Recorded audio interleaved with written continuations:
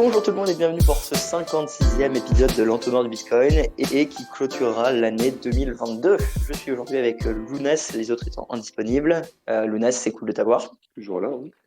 Toujours, toujours. Alors, pour cet entonnoir, on est principalement en sujet libre. Donc, si vous avez des questions, n'hésitez surtout pas. L'idée, ça va être de faire un petit récap de l'année 2022. On peut parler ou revenir sur des débats, des sujets. Qu'est-ce qu'on anticipe pour 2023, ce genre de petites choses. De mon côté, j'ai prévu quelques stats de découvre Bitcoin. Alors, j'avoue que j'ai fait à l'arrache là récemment, hein. Mais ça peut vous montrer un petit peu la dynamique. Donc, je vais commencer par faire un petit récap, enfin, vraiment du projet, hein, pour savoir où est-ce qu'on en est. Ensuite, un petit peu Bitcoin, et puis je laisserai la parole à qui veut. Je sais pas si ce plan va vous plaire, mais en tout cas, on parle là-dessus. Ça va être assez court, de toute façon. Je pense pas que ce sera un épisode qui durera 2 heures, ou peut-être, je ne sais pas. Alors, découvre Bitcoin, ça a été une année pour nous, en tout cas pour l'équipe, très très intense. Je vous remercie tous d'être toujours là, présents, hein, que ce soit à l'entonnoir, sur le YouTube, sur les podcasts, un petit peu partout. C'est vraiment très très très cool.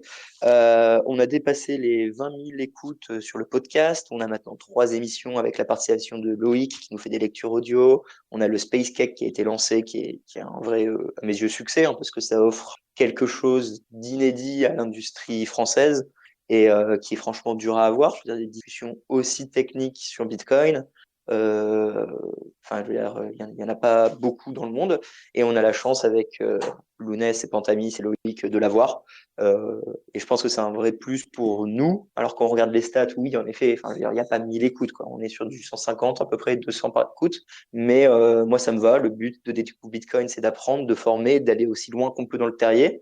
Le terrier est sans fin, donc le Space Cake, c'est un des nombreux sous-sections et c'est vraiment top. Donc merci à vous. J'en profite pour le dire. Tous ceux qui écoutent le Space Cake et qui le font et qui le rendent possible, c'est trop cool. Je viens d'avoir les stats des podcasts. Il semblerait qu'on a produit 99% plus de contenu que tous nos concurrents. Et on a upload, je sais plus le chiffre, mais 3500 heures de podcast cette année. Donc voilà, quand les gens me disent qu'on fait un peu trop de contenu, je pense que les algorithmes nous le disent également. Maintenant, je vais pas arrêter parce que, comme on le dit, le but de Découvre Bitcoin, c'est pas de faire des vues, c'est de permettre à ceux qui veulent se former de se former. Donc en fait, on va pas arrêter, tout simplement. Voilà, voilà. Sinon, les stats de la chaîne, ça avance bien, hein. On arrive à 20 000 sur le Twitter, 10 000 sur YouTube. Bon, on est au ralenti, hein, comme un bear market, avec des vidéos qui donnent pas envie à la majorité des gens, ce que je comprends. Moi, j'adore Crypto 301, mais je savais, et Loïc le savait, hein, je pense que comparé à Asher, c'est sûr que ça allait pas gagner sur l'algorithme YouTube. Néanmoins, je suis très content de l'académie et en plus, les stats sont assez ouf. On a uploadé 200 vidéos en 2022. Donc 200 vidéos, je passais quoi, 350 jours dans l'année, un truc comme ça. Voilà, ça fait une vidéo tous les 2 jours. Ça, évidemment, c'est possible grâce à vous, hein. C'est possible parce qu'on a les entonnoirs, on a les Space Cake, parce qu'on a Loïc qui nous a fait des super formations, parce que vous êtes tous derrière nous. Donc, on va continuer. La chaîne YouTube, franchement, il n'y a pas grand-chose à dire, à part que là, on a Bitcoin 205, solution d'achat en pair à pair qui arrive. Salut Fred. Donc, cette formation, elle est offerte par Pierre, et donc on va vous apprendre toutes les techniques pour acheter des Bitcoins sans mettre votre pièce d'identité. N'en déplaise probablement à certains. Donc, le YouTube, franchement, pas grand-chose à dire. C'est pas non plus ma grande priorité absolue. Je pense que vous le savez, ma priorité, moi, aujourd'hui, c'est surtout l'académie. L'académie, je pense que c'est un très beau projet pour l'écosystème français. On est désormais à 9 formations, 2 pour les débutants, 5 intermédiaires et une experte, quelque chose comme ça. Et on en a d'autres en production continue. Donc on sort maintenant quasiment une formation par mois, ou du moins on va sortir une formation par mois. Je pense que c'est ça que j'ai envie pour Découvre Bitcoin, c'est vous offrir plus de contenu pour ceux qui veulent vraiment le faire. Et l'académie, c'est collaboratif, hein. Donc on a Loïc qui nous a déjà fait une formation, on a Pierre qui nous fait la formation sur l'achat donc KYC. Lounès, on va filmer un petit module GitHub pour expliquer GitHub à tous les débutants. Je sais que moi, je bosse de mon côté sur sécurité 101 et finance 101. Donc, l'idée, c'est que moi, je vais rester sur les débutants et au fur et à mesure, on aura d'autres formations à travers l'année pour les experts. Par exemple, je pense que celle qui va vous intéresser le plus pour l'audience ici, à part l'achat en non-KYC, ça va être Bitcoin 301, qui est en fait Coldcard et Sparrow. Donc on va vraiment aller loin dans Coldcard et Sparrow, gestion du TXO, ce genre de truc. Je pense qu'avec Lounès, on va la produire ensemble, hein, si c'est toujours OK. On pourra en discuter, mais je pense que ça va être la formation la plus intéressante l'année prochaine qui sortira. Outre l'académie où donc le nombre d'élèves continue à augmenter et surtout ce qui est très cool, c'est que euh, vous venez tous les jours. C'est-à-dire que on est à quasiment 150, 200 visites tous les jours. Donc ça veut dire qu'en fait, il y a quand même des gens qui font nos cours. C'est toujours une crainte quand on fait des formations, est-ce que les gens les font? Ben, je vous affirme que ouais, on a tous les jours de plus en plus d'étudiants actifs. Alors il y a beaucoup de choses à changer dans l'académie. Il y a des bugs, il y a une V2 qui est prévue. Enfin bref, c'est un petit chantier, hein. Mais on a de l'attraction, donc c'est cool. On a des étudiants et c'est cool. Et vous en demandez plus, donc on va en produire plus parce que bah, l'important c'est d'apprendre. Par rapport à Découvre Bitcoin, ce qui est vraiment aussi très cool, c'est que maintenant je suis plus tout seul. Et ça fait du bien parce que clairement, j'aurais pas tenu. Je pense que j'aurais pas tenu 2023 en plus. Donc, le fait que désormais nous soyons quasiment 4 full-time à partir de janvier, c'est absolument incroyable, ce qui va nous permettre de vraiment durer par sous-projet, qui va permettre de professionnaliser davantage les projets et vous proposer même d'autres choses que vous ne pensez pas qui est important pour l'industrie, mais que à mes yeux est indispensable. Je vous en dis pas plus, c'est des petits teasings, mais ça devrait arriver. Sachant qu'on a beaucoup de boulot avec l'équipe et donc je remercie beaucoup Agelex qui prend énormément part au projet. On a Dave qui rejoint full time, Asio et Lounès qui contribue à ces heures perdues en team building. Donc ça c'est top. Voilà à peu près pour Découvre et Rachel qui continue bien sûr. Voilà pour Découvre Bitcoin. Donc on a de plus en plus de contributeurs, de plus en plus de bénévoles. Vous êtes absolument super. Merci pour tous vos messages d'encouragement. Merci pour tous ceux qui nous donnent du temps. Bah pour moi, mon récap Découvre Bitcoin, c'est à peu près ça. Alors oui, je sais qu'on s'est dispersé, je sais qu'ils sont moins bien. Genre, j'ai arrêté le e-commerce à Noël. Je suis un peu con, oui. Mais en même temps, l'idée, c'est de vous offrir un truc de qualité. Et on est là pour les 10 prochaines années, hein. Découvre Bitcoin, ça va pas disparaître. Donc, autant se concentrer sur l'année prochaine et pas faire d'erreur. Surtout on a un énorme potentiel parce que clairement, l'éducation, c'est la priorité dans Bitcoin. Donc, let's go. Voilà, on pourra reparler de Découvre Bitcoin si vous avez des questions. J'avais rapidement écrit deux, trois autres stats par rapport à Bitcoin. Bon, oui, alors l'année 2022, on parle jamais de prix. Début 43, moins 65% sur l'année, on termine à 17. Je pense que si vous êtes tous ici, c'est pas le prix qui vous intéresse. On en a très peu parlé dans les entonnoirs et même dans les vidéos. Je pense que ça ne changera pas. On va pas se mettre à faire des analyses de prix chez Découvre Bitcoin. Par contre, il y aura une formation sur la finance. Finance 101 va sortir l'année prochaine qui aidera à mieux comprendre le système bancaire traditionnel, la gestion d'argent, la gestion de budget, pour finalement quand même avoir des bases. Parce que je pense qu'il y a un vrai lac de connaissances financières et donc il faut le régler. Et par rapport au protocole Bitcoin, bah, je pense qu'après là, c'est là où on va en discuter le plus, hein. 2022, bah, ça continue à build, hein. On a des projets qui sortent du sol quasiment constamment. L'éducation a fait un gros pas en avant. Le minage est au plus haut. On a quelques petites faillites sympas. Bitcoin est plus fort. Les altcoins sont un petit peu moins forts à mes yeux. Après, je suis unbiased. Taproot, c'était 2021. Bon, ça avance tranquille, hein, j'ai envie de dire. Il y a pas mal de solutions Lightning qui sont sorties. C'est peut-être le plus intéressant cette année, ça a été vraiment Lightning. Euh, et je pense que ça va continuer sur 2023. Franchement, pour mon petit récap, j'avais pas plus, hein, je vous ai pas préparé un résumé détaillé de tous les mois. Donc, c'est antenne libre. Je sais pas, Luna, si tu veux commencer à nous faire un petit peu ton récap de 2022, comment tu l'as vécu, senti par rapport à Bitcoin, et peut-être tes projections pour 2023. Ça lancera un débat au moins. Et en tout cas, je vous remercie tous d'avoir écouté à ce petit monologue et d'être toujours là avec nous. Merci pour ce résumé. Moi, je suis pas très bon à cet exercice, alors je vais juste essayer de lancer un sujet comme tu m'as demandé tout à l'heure. Je voudrais savoir un peu ce que tu en penses de Strike, leur partenariat avec les banques africaines, où en fait, que Strike va utiliser Lightning Network et pour envoyer directement à des comptes en banque directement en Afrique via leur numéro de téléphone. Ouais, alors j'ai pas eu le temps, parce que, enfin, vous savez pas, on prépare un gros dossier un peu secret avec l'équipe. Je suis vraiment la tête dans le guidon par rapport à autre chose. Par contre, par rapport à l'Afrique plus généralement, je pense que ce sera l'un des énormes points de découvre Bitcoin pour 2023. Alors, on va être beaucoup plus présent là-bas. On a déjà des partenariats avec Loire qui sont en train de se mettre en place. Et il faut qu'on regarde plus en détail, sachant que ce que propose Strike, en fait, c'est à peu près l'équivalent que ce que propose déjà MK. Merde, attends, c'est quoi le nom déjà? Enfin bref, le mec qui propose les virements Lightning par SMS. C'est à peu près le même truc. De ce que j'ai cru comprendre, en fait, ils deviennent un peu concurrents. Euh, de ce que je comprends du marché africain, il est en train d'exploser d'un point de vue Bitcoin. Donc ça m'étonne pas que Strike essaie de se mettre là-bas avant d'être en Europe. Il y a beaucoup moins de régulation en Afrique. Il y a un marché où c'est que des jeunes.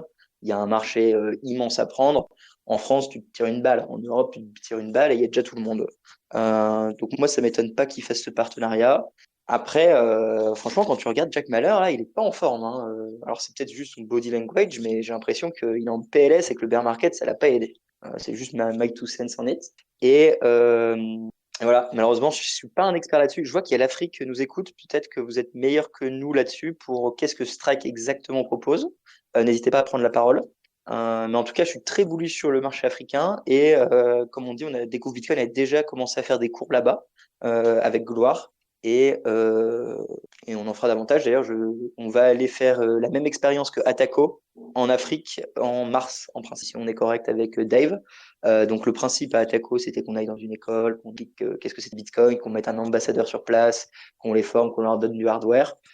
L'idée, c'est de développer un programme et de le faire là-bas.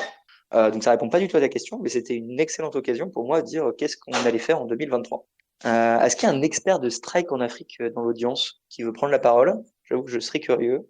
Et sinon, je vais envoyer la balle à Lounès sur une autre question. Lounès, Ah, il y a quelqu'un. Cool, l'Afrique. Ah bah parfait. Vas-y. Alors t'es mute, c'est en bas à gauche, tu peux te démute. Ah, ok, salut Roxy, salut Lionel, j'espère que, désolé pour le bruit. Je me suis permis tu parlais de Jack Mallers à Accra. En fait, il y a quelques jours là pour Africa Bitcoin. Et c'est là-bas qu'il a fait une grosse annonce, hein. Bon, on s'y attendait pas parce que quand il a commencé à venir de son intervention à Miami, donc enfin, moi personnellement, j'étais bien qu'il a dû annoncer un truc sur un produit et tout. Donc, ce qu'il a annoncé, c'est enfin, le produit qu'il a annoncé. Sauf que là, il a signé un partenariat avec un acteur nigérian qui réalisait de la stade. Donc, c'est Bitnob, le nom de la structure en question, qui offrait déjà du on-off-ramp Bitcoin compatible Lightning. Donc, en gros, ça va permettre, ils ont annoncé un partenariat avec, donc, qui va permettre dans n'importe quel monde de transférer des sous à des taxes dans les pays africains.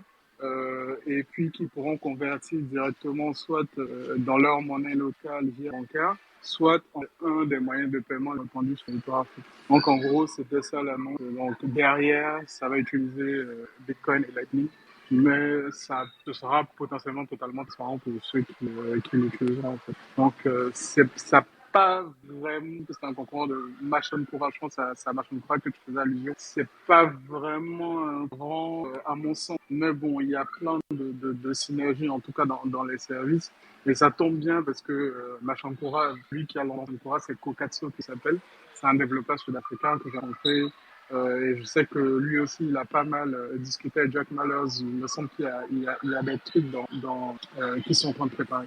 Donc, grosso modo, là, je suis totalement OK avec ce que tu disais à propos de l'adoption en Afrique. Moi, j'ai été à Dakar aussi, quelques jours avant où il y avait Dakar. Donc, ce mois-là, en quasiment 10 jours, il y a eu 2 conférences Bitcoin. C'était les 2 premières conférences Bitcoin. Donc, une conférence plutôt francophone à Dakar où il y avait, on entendait environ 500-600 personnes. Mais il y en a eu environ 300, superbe mobilisation, superbe organisée. Et puis, il y avait des autorités qui participaient. Ça, c'est quelque chose de plutôt encourageant et rare aussi. Hein. Ils ont fait le déplacement des représentants de l'Assemblée nationale sénégalaise. Le ministère des filles sénégalais aussi était de la partie. Ça, c'était hyper encourageant. Et puis, quelques jours plus tard, à Accra, au Ghana, il y a eu Africa Bitcoin Conference, donc organisée par Farida et Gloire, entre autres. Là aussi, superbe, comment dire ça, événement. C'est là qu'il y a eu les grosses pointures. Je pense que vous avez certainement vu passer les tweets de Jack Mallers, de Jack Dorsey, et puis des grosses pointures même sur le continent, donc Youssef, de Paxful. Il y a le mec de Bitnob, Bertrand. il y avait les mecs de BitTrust, parce que Jack Dorsey, en fait, il a monté un fonds BitTrust dont une partie des administrateurs, en fait, sont des Africains. Donc, il y a Aboubacar Nour Khalil, qui est un des Bitcoin Core développeurs. Il y avait Obi Moussou et deux autres personnes dont le nom m'échappe, qui, eux, ont lancé le projet Kala Africa. Donc, c'est un projet de formation de développeurs Bitcoin et Lightning sur le continent africain. Donc, il y a énormément J'ai rencontré beaucoup de personnes là à Accra avec des projets hyper intéressants partout sur le continent. Un autre projet qui a fait sensation pendant la conférence Africa Bitcoin Conference, ça, c'était l'annonce de Jack Dorsey du financement d'une, comment dire ça, c'est une structure de minage, de mining, je pense que ça s'appelle Gridless, je crois. Il a annoncé un financement de 2 millions, je crois. Ça aussi, ça a pas mal été, enfin, ça a été une des grosses news.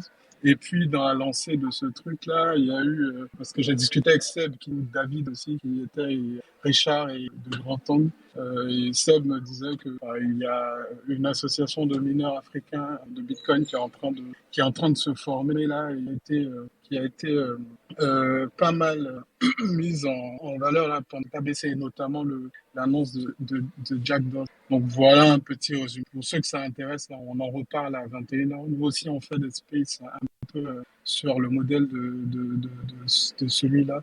D'ailleurs, merci Roxy, ça. Nous, on les fait à 21h et on va refaire un débrief sur ces deux grosses conférences-là. Donc, il y aura les mecs de l'organisation, donc Nourou qui a organisé la conférence de Dakar, il y aura Gloria qui était dans l'organisation de la conférence de Dakar, et on va faire un petit débrief de ça et de l'actualité de Bitcoin en Afrique ce soir à 21h. On se retrouve généralement tous les dimanches 21h pour parler de Bitcoin et de son évolution en Afrique.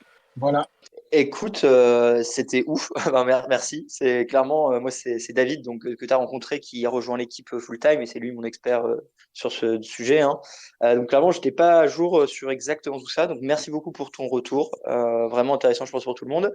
Pin-nous ou pin des Bitcoin quand tu fais le tweet d'annonce de votre space. On le retweetera. Je pense que j'y serai également. Ça a l'air super intéressant. Ok, et ben écoutez, tu vois, en sujet libre, paf, on a les dernières news pour l'évolution du marché africain. C'est absolument super. Oui, parce que. Et alors, les régulateurs, tiens, je serais curieux si tu peux me donner ton avis par rapport aux régulateurs.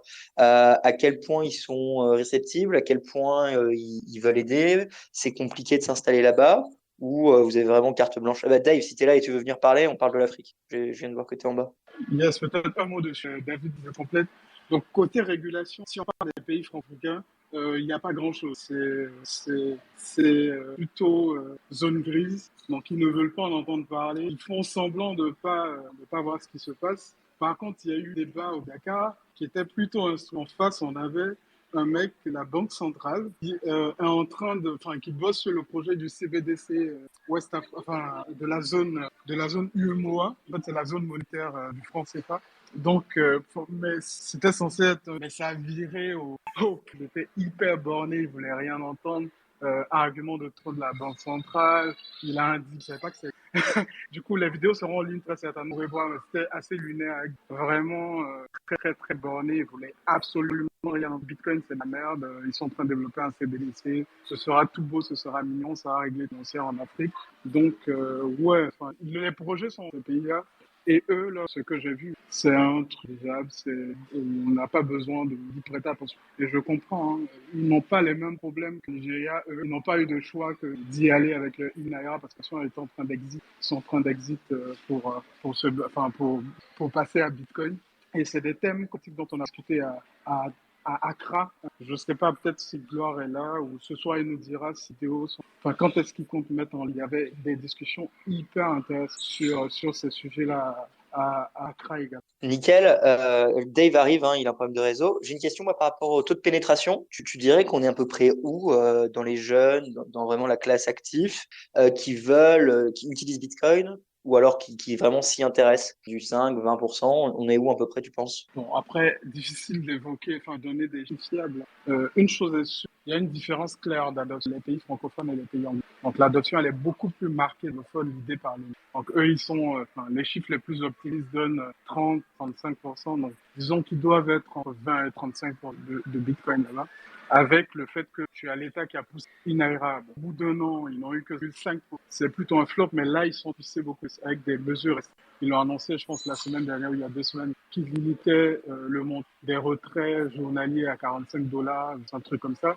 Et pour que les gens partent aussi, ils ont annoncé aussi d'autres nouvelles, comme quoi ils ont les transports en commun, avoir des réductions de paye en Inaira, ce genre de choses pour booster l'adoption. Et ils vont plus loin, là. À partir de janvier, ils retirent de la circulation un certain nombre de coupures de billets, les grosses coupures.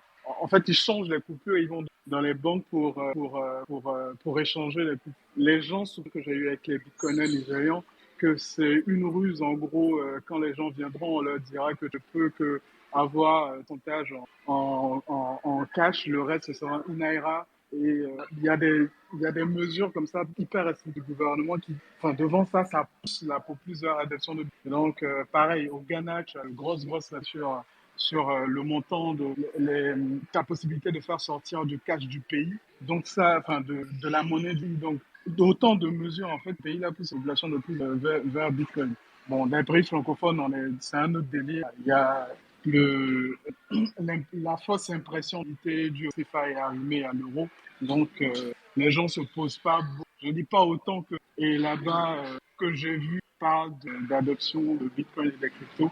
Donc, tu vois que c'est relatif, enfin, la différence est criarde entre ces deux espaces-là. Mais de plus en plus, les gens se posent des questions dans les, dans les pays de la vie. On a vu, hein, quand j'étais à Dakar, les gens typaient à la conférence. Moi, une des choses qui m'a le plus marqué à Dakar, c'est un petit jeune qui nous challengeait sur le mining. Enfin, je me disais, il sort d'où? Il y a vraiment de la part de ce truc-là. Et ouais, Bitcoin reste un sujet, enfin, en tout cas, l'adoption reste un gros sujet sur le continent pour ce que j'ai pu voir. Ok, super passionnant encore une fois. Merci beaucoup à nouveau. Tu parlais Bitcoin et crypto. Pareil, ma question est assez simple. Est-ce qu'il y a vraiment cette différenciation? Est-ce que finalement pour eux c'est tout pareil? Parce que tu vois, en France par exemple, c'est beaucoup plus crypto que Bitcoin. Comment tu le vois là-bas? On a les pays font problème. Je veux dire, les gens font pas forcément la différence. Ça fait partie un peu du travail que nous on essaie de. Je pense notamment à qui on anime ces spaces-là. Mais nous, quand on était à Accra, on n'était pas allé essayer d'Orange. Je sais pas si vous avez vu, j'avais fait un truc. On s'est retrouvés en plein soir dans les rues, dans une espèce de marché où des artistes essayaient de nous roguer des toiles.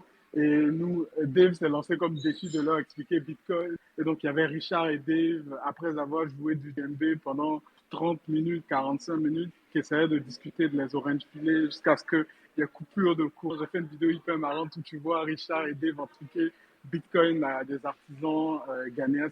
C'était énorme. Et il y a énormément de livres là qui ont suivi, en fait, l'Africa Bitcoin Conference, où les bitcoiners de la conférence, en fait, entre deux speaks, midi et deux ou dans la soirée, ils partaient dans la ville pour réinspirer des gens, des chauffeurs de taxi. J'ai vu des mecs de Bitcoin et quasi aller dans des villages là pour parler. Je pense que la confusion Bitcoin, crypto, tout pareil. Hein. Et on essaie, comme pour ceux qui est les Bitcoiners, de clarifier les choses, d'orienter les gens un maximum. Ok, trop cool. Et franchement, je vais juste faire toute l'interview avec toi hein, parce que je trouve ça passionnant et je pense que tout le monde ici reste parce que ça l'est. J'ai une question par rapport aux outils qu'ils utilisent. Quand vous les orange pilez, c'est quoi? Vous leur mettez tout de suite un wallet Lightning? Est-ce que c'est en mobile money SMS? Quel outil vous utilisez? Ouais, enfin, nous, on utilise une wallet, Blue Wallet, principalement, et Wallet aussi, les plus utilisés, surtout Wallet aussi. En fait, Wallet, on va avoir la monnaie locale. Donc ça, c'est hyper pratique pour réinspirer.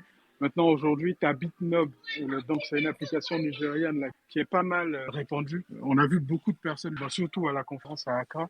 Et puis, en fait, je comprends ta question. En marchand courant, en fait, qui est l'application d'envoi via USSD, c'est que il est encore dans peu de pays. Il doit couvrir ça. Il reste aussi avec les opérateurs qui ont coupé le service. Mais je sais qu'il en discute avec pas mal de personnes. Il me semble que le premier pays francophone dans lequel il va lancer sera la R. Il m'a semblé voir un tout. Pour l'instant, c'est disponible que dans des pays anglophones, la Zambie, l'Afrique du Sud, je crois, le Nigeria aussi. Je dis peut-être n'importe quoi, hein. On veut voir ça, c'est Machon Koura. Et puis, Richard, je crois, là, devrait avoir, j'espère que je ne l'ai pas. Ça bien. Monsieur Grand Angle. Ok, trop cool. Oui, ça m'étonne pas, il a aussi eu Jack. Si des gens ont des questions, surtout n'hésitez pas. J'avoue que je vais arriver à court. Ouais, non, Mabina, je t'en ai parlé. Les États, du coup, se rendent pas du tout compte qu'il y a de l'énergie et qu'il faut mettre des trucs. Donc, c'est encore toujours que des initiatives privées qui sont en train de le faire, que ce soit Jack ou alors, bon, évidemment, je vais penser à Seb ou d'autres. Les États, ils sont pas du tout dans une optique énergétique par rapport à Bitcoin. En fait, même les privés sont obligés par passer par des autorisations. Je dis ça parce que l'énergie, c'est un sujet hyper strict dans les pays africains et l'État qui fait de la vente d'énergie. Donc, je pense même Sébastien, quand il arrive à bloquer des deals dans des pays au Congo, comme les consorts, là, c'est des discussions avec des représentants. Après, chacun a son intérêt économique, sont alignés. On y va. Tu utilises ce truc-là pour eux, enfin, vous connaissez la narrative, hein, sur plus d'électricité, machin, tout ça, les gens y vont. Mais c'est ce genre de la passe très souvent d'un représentant de niveau, même quand c'est des initiatives. Ok, ok, trop cool. Merci beaucoup en tout cas pour ton retour. Il faut vraiment que tu envoies-moi un DM avec toutes les infos par rapport à ton projet, qu'on le rajoute à Découvre Bitcoin et qu'on le partage plus, parce que j'avoue que je sais pas pourquoi on l'a pas fait avant. Donc, enfin, franchement, merci pour ce que tu fais et c'est absolument trop cool. Si quelqu'un a une question pour toi, qui vienne la poser. Et si tu veux nous dire un dernier truc ou un dernier message, ou où est-ce qu'on peut te suivre, peut-être sur les réseaux, c'est quoi le plus simple, on te follow sur Twitter? Je te laisse la parole pour dire à tout le monde. Yes, ouais, je suis donc. En fait, l'Afrique parle Bitcoin podcast, hein, c'est au début de cette année. Donc, je discute avec des Bitcoiners africains de leurs projets autour de Bitcoin. Puis, on a lancé depuis quelques mois maintenant des Bitcoiners que vous connaissez comme Blois. Il y a d'autres personnes même dans la room actuellement. Il y a Urban, Enlight, qui sont des habitués de Space là. Donc, vous pouvez me suivre sur Twitter et tous les dimanches, 21h, donc un peu après, pour parler. Je te sens tous les détails. Trop cool, merci. Eh bien, écoutez, j'invite tout le monde à vous follow. Ok, très bien. Bon, bah, parfait. On n'avait pas de sujet aujourd'hui et en fait, on vient de trouver notre sujet, donc c'est cool. Comme ça, au moins, je sais, j'écris quoi dans la newsletter de demain. Bah, tant que je vous ai, du coup, l'Afrique par le Bitcoin, qu'est-ce que tu penses ça va être 2023 pour l'Afrique? C'est quoi un peu les grandes projections que tu as pour le continent? Tu vois un vrai boom? Est-ce que tu penses que le bear market vous affecte ou en fait absolument pas et le prix n'est pas vraiment un problème pour l'adoption sur place? Je serais curieux d'avoir ton avis pour l'année prochaine. Ah, je pense que comme je lui avais dit de partir, on l'a perdu. Désolé, je suis un peu pris sur un truc. C'est pour ça que j'ai pas fait intervenir directement. Ouais, 2023. Enfin, moi, je pense on est lancé derrière là avec les mesures restrictives du gouvernement. Je pense que ça va aller encore plus dans le sens de il y a énormément de projets là qui sont en cours. J'ai parlé de Cala Africa, donc c'est une initiative de formation de développeurs. Ils en sont, je crois, à la deuxième promotion. Et il y a eu des présentations de projets à Accra, des projets Bitcoin qui étaient absolument, enfin, c'était excitant de voir les gars, que ce soit autour de l'agriculture, des levées de fonds en Bitcoin, des solutions de wallet, des solutions de custody de Bitcoin. Il y a énormément de choses. Je pense que 2023, enfin, indépendamment de bull market, je veux dire, une bonne partie des gens qui c'est pour pallier l'absence du système bancaire et les restes du gouvernement. Donc, enfin, pas que le coût n'a pas beaucoup, mais le fait qu'on soit en bear market, ça dérange pas tant que ça. Les gens en ont besoin pour faire des travaux today et c'est pas forcément pour épargner. Donc, moi, je pense pas que ça va entamer laquelle l'écosystème Bitcoin est dans les pays africains. Et 2023 sera encore mieux pour moi. Amen. Franchement, ok. Trop cool, trop cool, trop cool. Je vais te laisser, parce que j'avoue que je te repose toujours des questions, mais tu t'es arrivé un peu en cours, on n'avait pas du tout prévu ça. Donc merci beaucoup pour ton intervention et voilà, je te prends pas plus de temps. Et je dis merci de la part de tout le monde. Je suis sûr que tout le monde ici qui est resté pense la même chose. Allez, moi, je me permets de parler pour vous. Lounès, je vais changer cache de sujet, comme ça au moins on avance pour laisser tranquille. C'est quoi, toi, ton gros point tech pour 2023? Qu'est-ce que tu veux voir sur le protocole? Qu'est-ce que tu penses va être réalistiquement là ou pas? Et si tu pleures là, donc j'imagine que tu n'as pas prévu. Balance un nom, balance un projet. Je sais rien, tu me posais ces questions. Mais non, mais Guillaume, il aurait dit Stratum V2. Toi, tu t'as bien un truc, t'as qu'à dire L2, je sais pas. Panta, il aurait dit L2, non? Mais oui, mais réalistiquement, est-ce que ça va arriver en 2023? J'en sais Bon, rien, quoi. est-ce qu'on a un soft en 2023? Un fork, excuse-moi. Je pense pas, hein. Après, on pourrait demander à notre cher Quantamis qui est là de nous sauver la mise, dans la est indirectement. Ah, il a mis un pouce, donc je pense que lui non plus, il n'en veut pas. Donc en fait, Ouais. 2023, on va pas se taper grand-chose et on va Bah, devoir chercher des sujets tous les dimanches. bah non, c'est pas parce qu'il y a pas de soft fork qu'il y a rien à dire, quoi. Je te pousse à parler, je Par contre, t'embête. 2023 RGB, je pense que ça va bien s'améliorer. Ça s'accélère, là. Ok, donc tarot RGB ou que RGB? Bon, Tarot, c'est déjà mort, ça. Vas-y, argumente. T'as zéro, excusez-moi. Progressivement RGB. Tarot plutôt. Il y a Frédéric qui est pas d'accord avec toi. Non, mais Frédéric, il est jamais d'accord avec nous deux, de toute façon. Parce que moi, j'ai besoin de faire des NFT pour découvrir Bitcoin, pour que les gens qui contribuent à nos formations, on leur donne un petit fichier qu'ils peuvent copier-coller partout, mais ils sont contents parce qu'il marque NFT. Du coup, je le fais où, moi? Comment j'utilise une sidechain? J'en ai Non, besoin pour cette année. on le fera sur RGB, t'inquiète. T'inquiète. Ouais, ok, ok. Bon, bah, vous avez tous entendu en exclusivité. NFT sur RGB, les premiers à lancer, c'est Découvre Bitcoin. Ok, moi, je pense pour 2023 qu'ils vont bien nous faire chier avec les lois et qu'ils vont essayer de remettre une couche de régulation. Alors attendez, quelqu'un veut parler? C'est Théo. Parfait, Théo. En plus, c'est super parce que je peux te poser plein de questions. Au moins, on peut parler. Donc, mon point de vue, moi, c'est que Mika, il va évidemment passer. Et puis après, ils vont dire, mais en fait, ça englobe pas assez. Regardez FTX, regardez les protections, on avance davantage. Et comme la priorité, c'est la CBDC et que Bitcoin, ça bloque, on va essayer de nous encadrer encore plus et plus. Alors Frédéric, ça se trouve, va pas être d'accord, mais je trouve qu'ils avancent quand même pas mal de ce que je vois. Alors toujours beaucoup de discussions, mais il n'y a plus une seule personne qui n'est pas en phase avec le fait que c'est la priorité. Donc, à partir du moment où ces gens-là, même compétents ou moins compétents, peu importe ce que vous en pensez, décident d'avancer vers la même direction, à un moment ou à un autre, ça va passer. Et voilà, ça, c'est ce qui me fait le plus peur. Alors, est-ce qu'elle sortira pas en 2023, mais il va y commencer à avoir des gros tests pilotes entre banques, d'un point de vue mondial. Ce qui va être intéressant, là, c'est le trade, oil trade. Alors, comment on dit ça? C'est la nouvelle où le Parti communiste chinois ont proposé d'acheter le pétrole en yens. Alors, on savait que ça fait longtemps qu'ils veulent le faire, mais ils poussent là-dessus également. Donc, il y aura des belles petites tensions géopolitiques, surtout sur la monnaie. Donc, en gros, pour moi, 2023, d'un point de vue vraiment géo, c'est on continue la guerre des monnaies, elle s'accélère. L'inflation se calme un petit peu. Du coup, ils disent, ah, regardez, on a réussi à tout répondre, c'est bon, on a tout géré, on est les meilleurs. Elle reprend, ah, bah, il faut une CBDC pour pouvoir bloquer les comptes et être plus d'outils. À peu près là-dessus, tu vois, ça, c'est un rollbook assez classique qu'ils vont nous mettre dans la gueule. Euh, L'énergie, bah, on n'en aura pas en Europe avant longtemps, donc ça va pas trop changer. Et voilà, donc je suis pas très joyeux par rapport au futur de l'Europe. De toute façon, vous le savez, hein. Par contre, je suis très bullish sur l'Afrique, clairement. Donc c'est une décision qu'on a prise avec Dave.